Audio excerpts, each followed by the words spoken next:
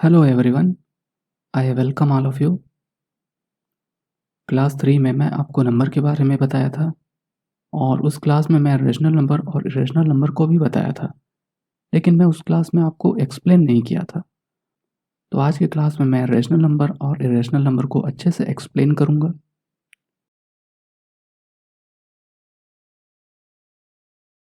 अगर कोई number class 3 में मैं आपको बताया था कि अगर ऐसा कोई नंबर है तो उसको रेशनल नंबर बोलेंगे। ए यहाँ पे कोई नंबर है, बी यहाँ पे कोई नंबर है, लेकिन बी यहाँ पे जीरो नहीं हो सकता। बी यहाँ पे जीरो नहीं हो सकता, इसका मतलब है B not equal to zero, मतलब बी यहाँ पे जीरो नहीं हो सकता। ये तो ट्रू है कि ए अपॉन बी अगर ऐसा कोई नंबर है तो उसको रेशनल नंबर बोलेंगे। और इसको मैं ऐसा भी बोल सकता हूँ,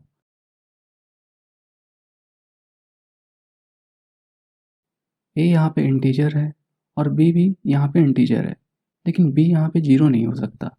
मतलब ये यहाँ पे बी देख रहे हैं आप, इसमें जीरो नहीं रख सकते। ओके,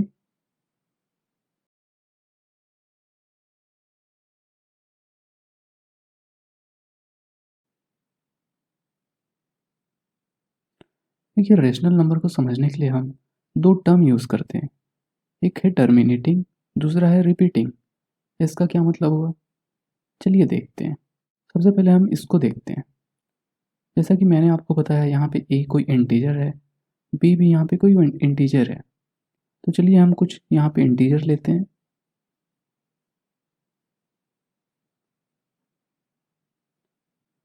ए की जगह हम 2 लेते हैं, बी की जगह हम 3 लेते हैं। पिछली क्लास में मैं यहाँ पे वोल नंबर बोला था, क्योंकि वोल नंबर को हम इंटीजर भी बोलते हैं। इसका क्या मतलब है, इसका मतलब है 2 को भाग देंगे 3 से। मतलब इसको हम अगर दशमलव में लिखेंगे तो उसको हम बोलेंगे डेसिमल एक्सपांसन। तो 2 को भाग देंगे 3 से,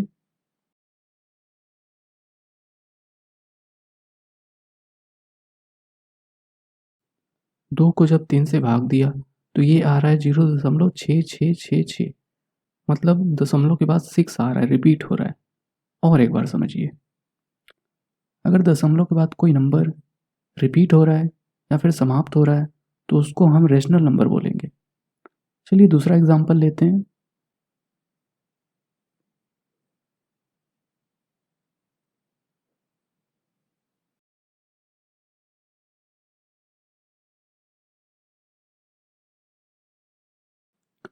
5 को जब मैंने 8 से भाग दिया तो ये आया 0.625। आप यहाँ पे देख सकते हैं दशमलव के बाद 6 आ रहा है, फिर 2 आ रहा है, फिर 5 आ रहा है, फिर उसके बाद ख़त्म हो गया। 625 के बाद नंबर ख़त्म हो गया, मतलब यहाँ पे समाप्त हो गया। तो इसको हम बोलेंगे रेशनल नंबर। मतलब अगर दशमलव के बाद कोई नंबर समाप्त हो जा रहा है, रिपीट नहीं हो रहा है, तो उसको हम रेशनल नंबर बोलेंगे। रेशनल नंबर में आप सिर्फ इतना ध्यान दीजिए कि दशमलव के बाद अगर नंबर रिपीट हो रहा है मतलब 625, फिर 625, फिर 625, अगर ऐसा आया तो हम उसको रेशनल नंबर बोलेंगे। अगर रिपीट नहीं हो रहा है मतलब समाप्त हो गया, जैसे यहाँ पे नंबर समाप्त हो गया है, 5 के बाद कुछ नहीं आ रहा है, तो इसको भी हम रेशनल नंबर बोलेंगे।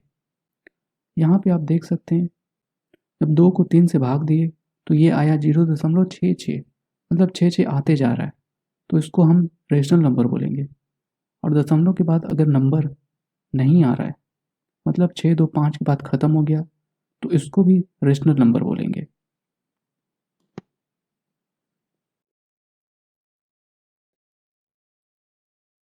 रेशनल नंबर को पहचानने के लिए हम टर्मिनेटिंग और रिपीटिंग टर्म का यूज़ करते हैं।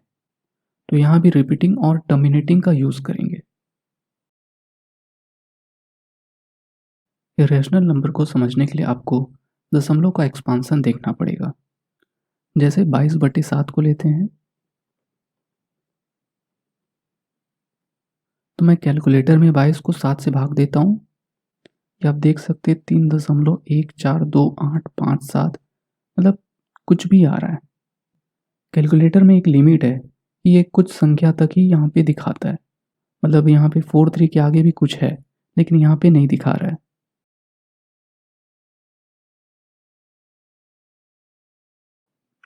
तो आप यहाँ पे देख सकते हैं 22 को अगर मैं 7 से भाग दिया तो इसको कुछ इस तरीके का आ रहा है। यहाँ पे ना ही रिपीट हो रहा है ना ही ख़त्म हो रहा है। तो इसी से हमें पता चला कि ये इरेशनल नंबर है। बस आप इतना ध्यान दीजिए कि अगर दशमलव के बाद कोई नंबर रिपीट नहीं हो रहा है या फिर ख़त्म नहीं हो रहा है तो वो इरेशनल नंबर होगा। तो मैं उम्मीद करता हूँ आप रेशनल नंबर और इरेशनल नंबर को आप समझ चुके हैं। तो मिलते हैं फिर अगले क्लास में। तब तक के लिए धन्यवाद।